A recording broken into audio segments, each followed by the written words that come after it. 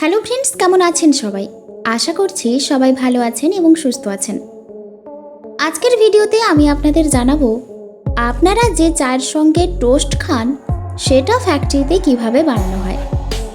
এখানেই শেষ নয়, তার সাথে আরও জানাবো মাস্টার্ড অয়েল মানে সরিষার তেল কিভাবে বানানো হয় এবং তার সাথে ফ্রুটি জুস কিভাবে ফ্যাক্টরিতে প্রসেস করা হয়।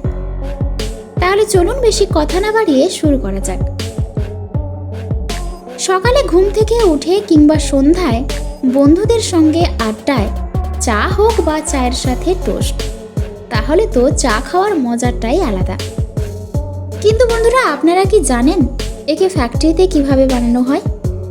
তাহলে চলুন দেখা যাক টোস্ট ফ্যাক্টরিতে কিভাবে বানানো হয়। একে বানানোর জন্য অনেক ইনগ্রিডিয়েন্টের প্রয়োজন হয়, যেমন ময়দা, সুগার আর ইস্টকে পরিমাণ মতো একটি ব্লেন্ডারে ঢেলে ভালো করে মিক্সড করে নেওয়া হয়।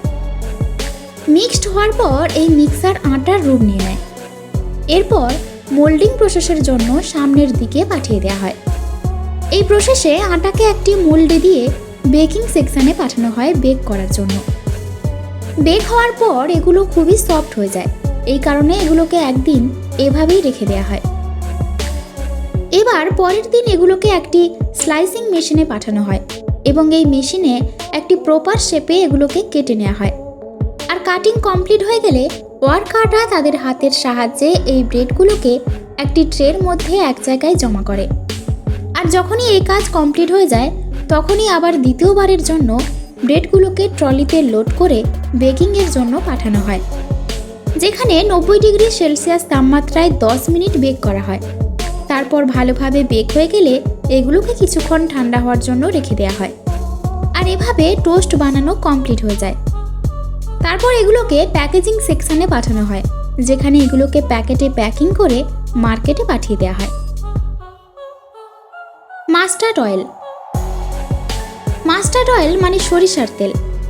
বাঙালির রান্নাঘরে সরিষার তেল থাকবে না এমনটা হতেই পারে না।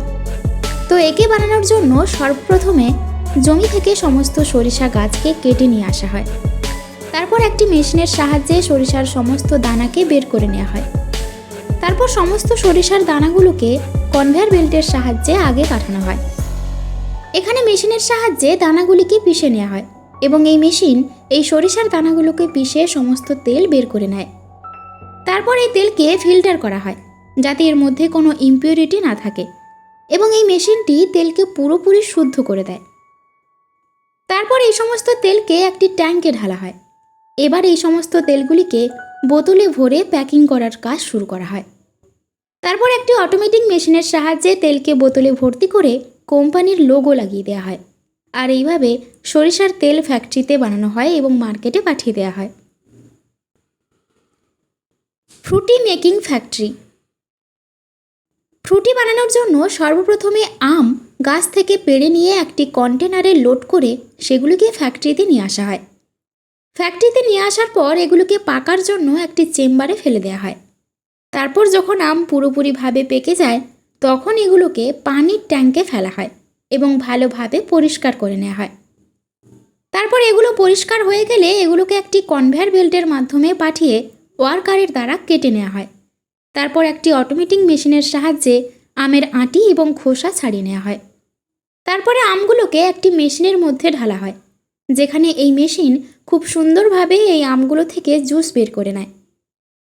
তারপর একটি মিক্সারে এই জুসের সঙ্গে ম্যাঙ্গো পাল্প, পানি, চিনি আর সাইট্রিক অ্যাসিড ঢেলে ভালো করে মিক্সড করে নেওয়া হয়। তারপর ফ্রুটি বানানো তৈরি হয়ে যায়।